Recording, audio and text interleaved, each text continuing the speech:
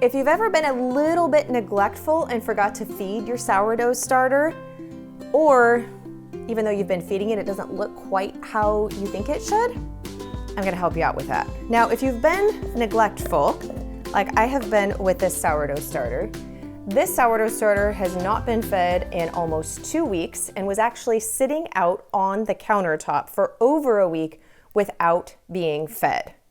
And you can see it is very gross on the top of this. However, most of the time, your sourdough starters can be completely revived and people toss them out without realizing that there's a lot that can be salvaged. So this has like a crusty, it looks like a hard crust on top, and it's kind of like a brownish, pinkish, grayish color. That's completely fine. It's not moldy. Now, if it's pink fuzzy mold or gray black fuzzy mold, then that is a time when you should be tossing it. But oftentimes, because I keep my sourdough starter a little bit on the thicker side, it will start to develop hooch, and then because I didn't feed this, it just dried out on the top.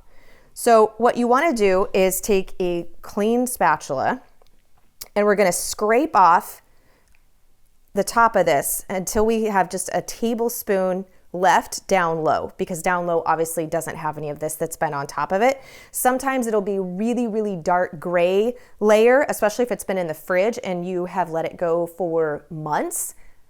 True story. I left a sourdough starter in the back of the fridge for over 6 months and did not feed it.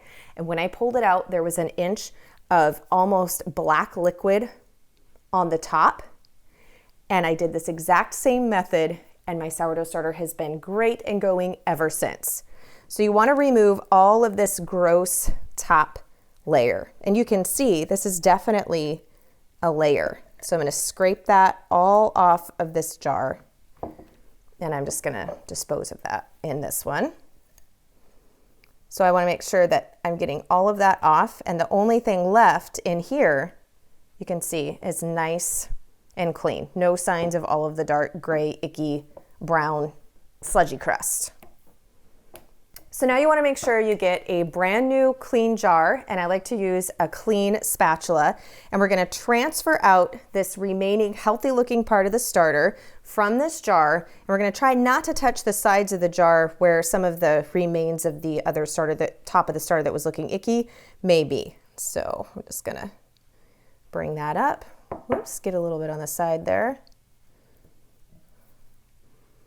And you really only need a tablespoon or 2 of starter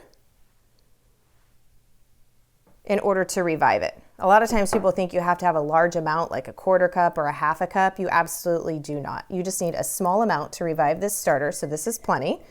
So now we're going to feed this just like it was a brand new starter. So I'm gonna use 4 tablespoons or a 1/4 cup of flour. And if you haven't watched my sourdough starter on how to create a sourdough starter, you can watch that for more information on specific flour types, but using an unbleached flour source is gonna be your best option. And then we're gonna add 2 tablespoons of water to this. So we're just gonna add our water, and then we're gonna mix that all together and get that incorporated. Now this is considered 100% hydration because it's gonna be equal parts flour and water by weight, not by volume. And you can see that is pretty thick, so it's okay to go ahead and add just a little bit more water to that.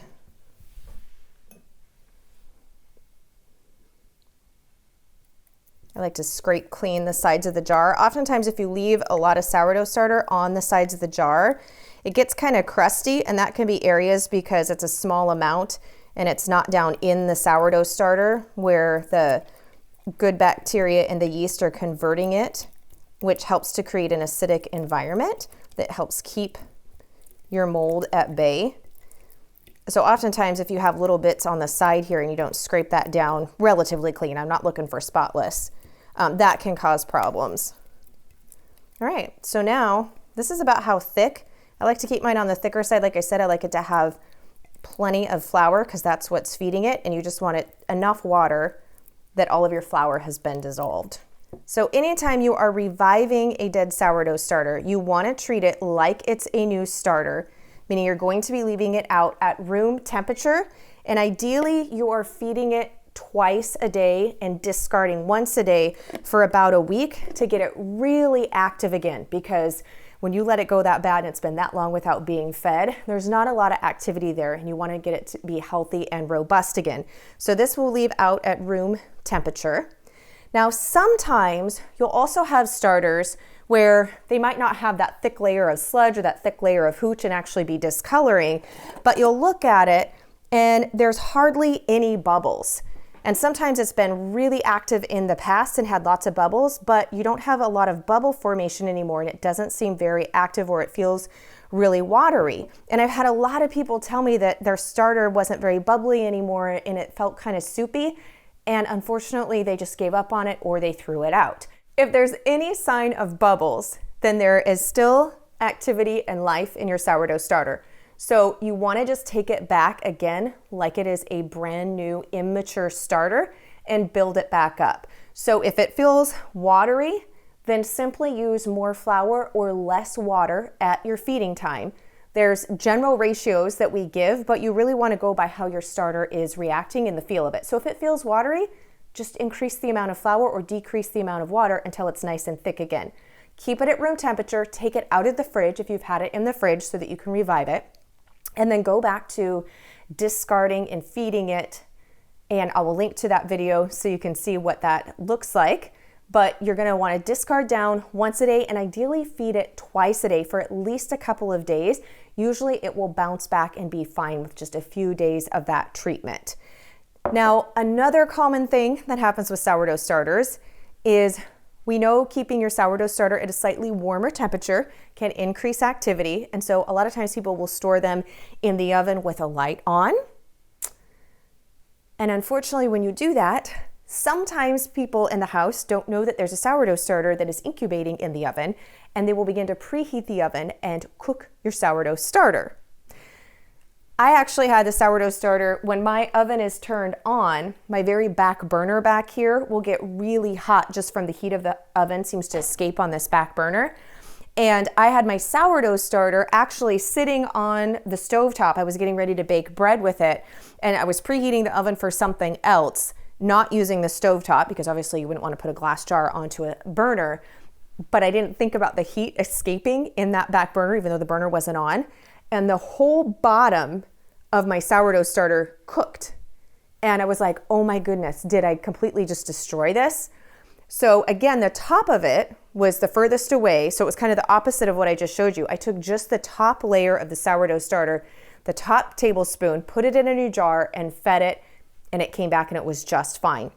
So if you have your jar in the oven and you catch it before it's cooked all the way through, in the very center, which would be where the heat would come and the last point of contact would be in the very center, see if you can take just a small amount of starter from the center and feed it over a couple of days, and oftentimes it will bounce back up and there was still enough yeast and bacteria that the heat didn't kill in that center spot. Now that you know how to revive your sourdough starter, you definitely need to get using that bad boy more often.